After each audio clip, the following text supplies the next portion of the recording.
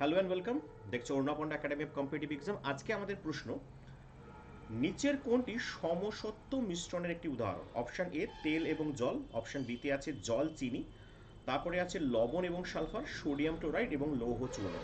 প্রত্যেক প্রশ্নের জন্য 10 সেকেন্ড করে টাইমার। তো টাইমার শুরু হয়ে গেছে তোমাদের জন্য। কোনটি সমসত্ব মিশ্রণ? তাই না, প্রচণ্ড পরিমাণ এরকম ধরনের প্রশ্ন আমরা আজকাল দেখছি পরীক্ষার হলে। তো সঠিক উত্তর কি আছে? সঠিক উত্তর আছে জল এবং চিনির মিশ্রণ। কেন এই জল এবং চিনির মিশ্রণকে আমরা সমসত্ব মিশ্রণ বলবো, চট করে দেখে নিই। দেখো, সমসত্ব মিশ্রণ তারাই যে সমস্ত পদার্থগুলি সম্পূর্ণরূপে একত্রে মিশে যায় এবং একে অপরের থেকে আলাদা করা যায় না। আবার বলছি, একে অপরের থেকে আলাদা করা যায় না, তাদেরকে আমরা সমসত্ব মিশ্রণ বলবো। এই সমসত্ব মিশ্রণের উদাহরণ কি?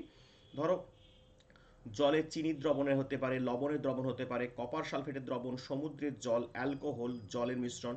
এবং এই সমস্ত যে উদাহরণ আছে, সোডা জল, এগুলো সবই হচ্ছে সমসত্ব মিশ্রণের উদাহরণ। অর্থাৎ যে সমস্ত পদার্থগুলি একে অপরের সঙ্গে মিশে যাওয়ার পর তাদেরকে আলাদা করা যায় না।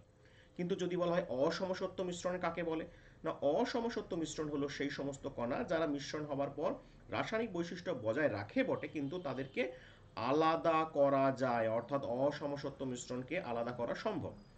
উদাহরণ হিসেবে বলতে গেলে চিনি বালির একটি অসমসত্ব মিশ্রণ তৈরি করে। এগুলো কিন্তু ভালো করে দেখে রাখবে, তাহলে আজকে 1 মিনিটের যে আমরা প্রশ্নটা শিখলাম সমসত্ব মিশ্রণ এবং অসমসত্ব মিশ্রণের উপর, যদি এর থেকে ডিটেলসে ক্লাস চাও ডেফিনেটলি ফলো করে ইউটিউব চ্যানেল। ধন্যবাদ।